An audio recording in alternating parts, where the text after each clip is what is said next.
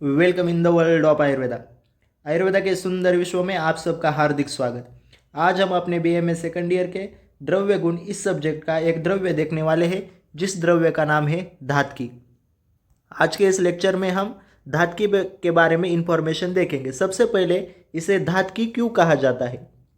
जो द्रव्य या जो वनस्पति मनुष्य के शरीर का धारण और पोषण करती है, उस द्रव्य को धातकी कहा जाता है। जो वनस्पति है, ये क्या करती है, ये मनुष्य के शरीर का धारण और पोषण करती है, इस कारण इसे धातकी कहा जाता है। इसे हिंदी में, धातकी को हिंदी में धाय कहा जाता है, धाय। मराठी में धायटी, इंग्लिश में फायर फ्लेम बश कहा जाता है, फायर फ्लेम बश। इसका लैटिन नाम है उडफोर्डिया,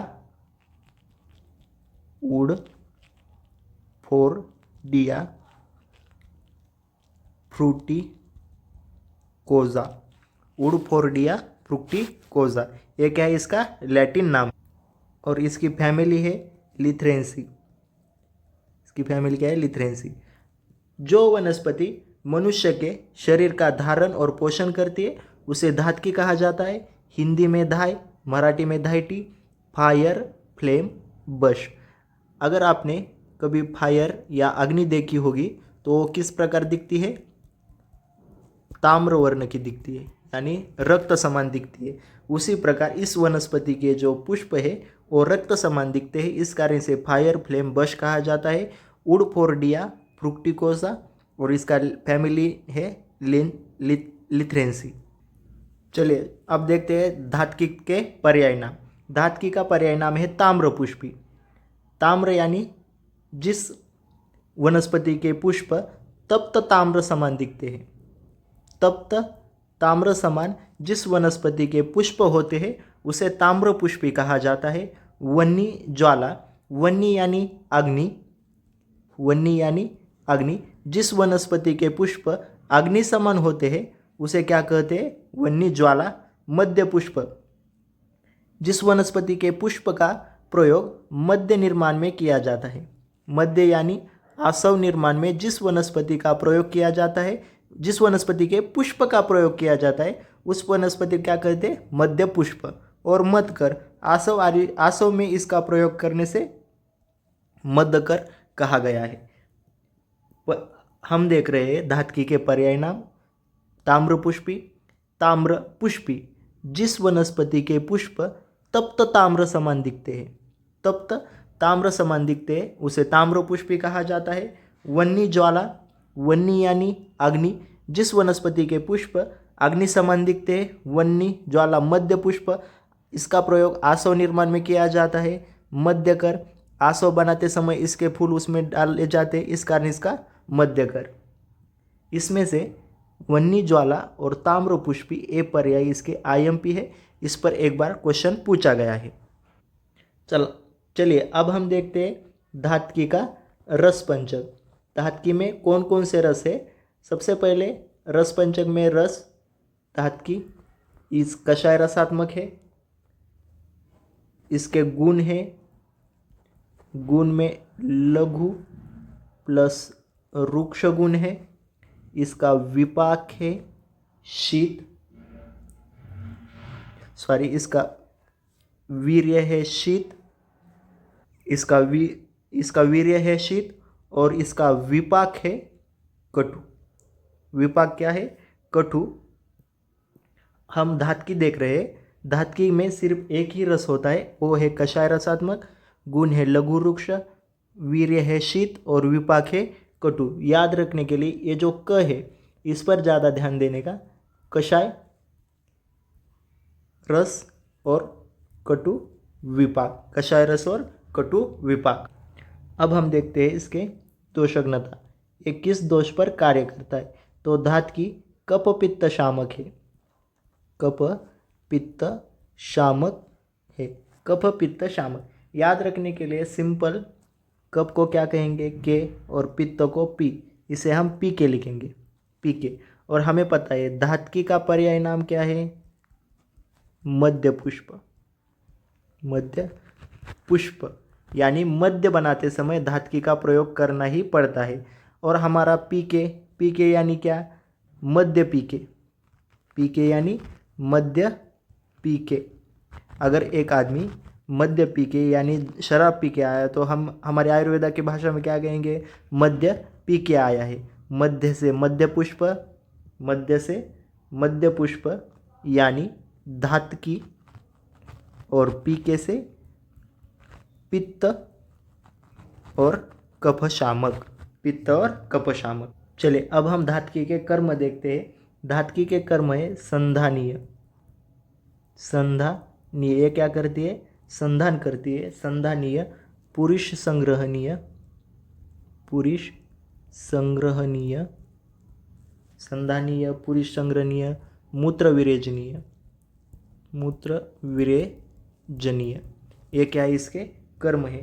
क्यों यही कर्म क्यों करती है, क्योंकि जो द्रव्य कषाय रसात्मक होते हैं, कषाय रसात्मक होते हैं, वो क्या करते हैं, संधान का कार्य करते हैं। और धात्की का रस क्या है, कषाय। उसी प्रकार पुरुष संग्रहणीय, जो द्रव्य संग्रहणीय कार्य करते हैं वो कषाय रसात्मक होते हैं। सो धात्की कषाय रसात्मक है, इस कारण पुरुष संग्रहणीय का कार्य करती है। चलिए अब हम इसकी रोगग्नता देखते हैं। किस व्याधि में धात्की का प्रयोग किया जाता है, अतिसार, अतिसार इस व्याधि में धात्की का प्रयोग किया जाता है। उसी प्रकार तृष्णा, रक्त विकार, तृष्णा, रक्त विकार, विष बाधा, कृमि विकार, कृमि विकार, इसमें क्या करते हैं, इसका प्रयोग किया जाता है। क्यों किया जाता है ये हम आगे डिटेल में देखेंगे। चलिए अब हम देखते हैं ये पुरुष संग्रहणीय कार्य क्यों करती है। क्योंकि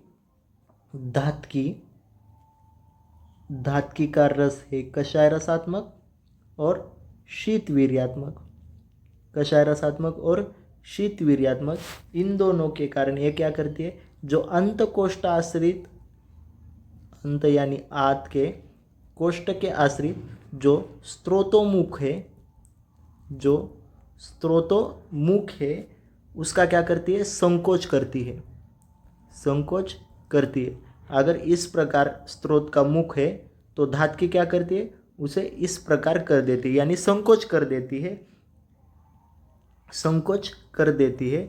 इस कारण ये क्या करती है, संग्रहणीय कार्य करती है, संग्रहणीय कार्य करती है। क्यों करती है, क्योंकि इसका रस क्या है, कषाय और शीत रसात्मक। ये जब कोष्ठ में जाती है तो उसके जो स्त्रोत मुख है उसे क्या करती है, उसका संकोच कर देती है, यानी उसे नैरो कर देती है। इस कारण ये संग्रहणीय कार्य करती है। इसका रोगग्नता देखते समय हमने देखा था कि धात्की का प्रयोग अतिसार इस व्याधि में किया जाता है।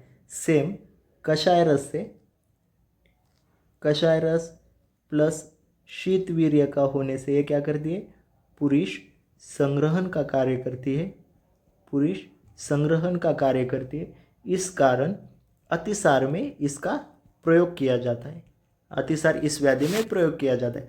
अगर एक आदमी है, उसे अतिसार है और आपके पास कुछ देने के लिए नहीं, आपके पास सिर्फ धात्की पुष्प है, तो आप क्या करें, धात्की पुष्प प्लस मधु मिलाकर उसे देना और उसका अनुपान तंडुल उदक रखना, तंडुल उदक, तंडुल उदक के साथ धात्की पुष्प चूर्ण को मधु के साथ देने से अतिसार व्याधि का शमन हो जाता है।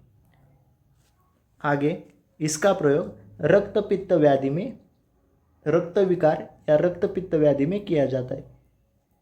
रक्त पित्त या रक्त विकार, रक्त विकार सेम कषाय रस से, कषाय रस और शीतवीर्य से, शीतवीर्य से पित्त दोष का शमन, पित्त दोष का शमन, साथ ही साथ रक्त धातु का प्रसाधन, रक्त धातु का प्रसाधन। अगर कोई वनस्पति ऐसा कार्य कर रही होगी, पित्त का शमन करती है और रक्त धातु का प्रसाधन करती है, तो जाहिर सी बात है उसका प्रयोग रक्त पित्त या रक्त विकार में किया जाएगा।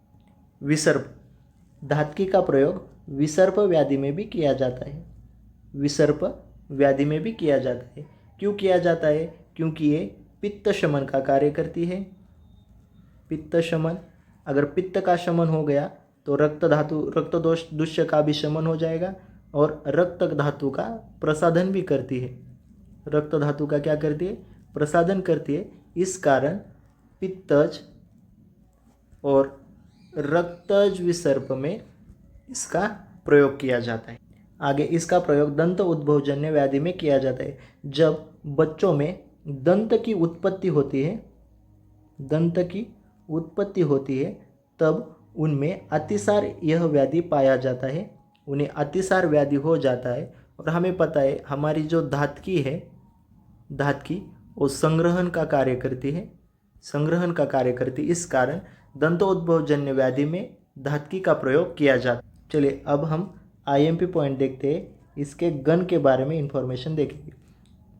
चरकाचार्य ने धात्की का समावेश संधानीय महाकषाय, संधानीय महाकषाय, उसके साथ साथ मूत्र विरजनीय महाकषाय, मूत्र विरजनीय महाकषाय और पुरुष संग्रहणीय महाकषाय में इसका समावेश किया है। पुरुष संग्रहणीय महाकषाय में इसका समावेश किया है। और सुश्रुत कहते हैं कि धात्की का समावेश प्रियंगवादी गण, उसी के साथ साथ अंबष्टादि गण में भी इसका समावेश किया है। अंबष्टादि गण में भी इसका समावेश किया है।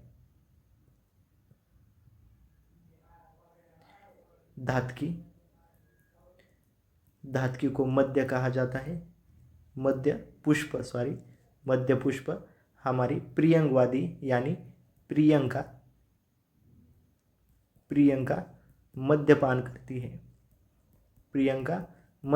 प्रियंगवादी गण मध्य से मध्य पुष्प यानी धात्की, प्रियंका मद्यपान करती है। उसी तरह ये जो मध्य है, ये दो आदमी को जोड़ता है। दो आदमी को क्या करता है? जोड़ता है। उस कारण संधानीय। ऐसा नहीं होता, लेकिन आप देखेंगे कि जो आदमी दारू पीते हैं वो बहुत अच्छे दोस्त बन जाते हैं। संधानीय मध्य के कारण संधान होता है। संधानीय मध्य यानी धात्की। अब हम देखेंगे धात्की का प्रयोजांग, किस अंग के धात्की का प्रयोग औषधि में किया जाता है। पुष्प और मूल का प्रयोग औषधि में किया जाता है। मात्रा चूर्ण की मात्रा 2 ग्राम है। चूर्ण की मात्रा 2 ग्राम। और आईएमपी कल्प है इसके, आईएमपी कल्प है द्राक्षासव, उसी के साथ अर्जुन आरिष्ट, इसी के साथ साथ दशमूला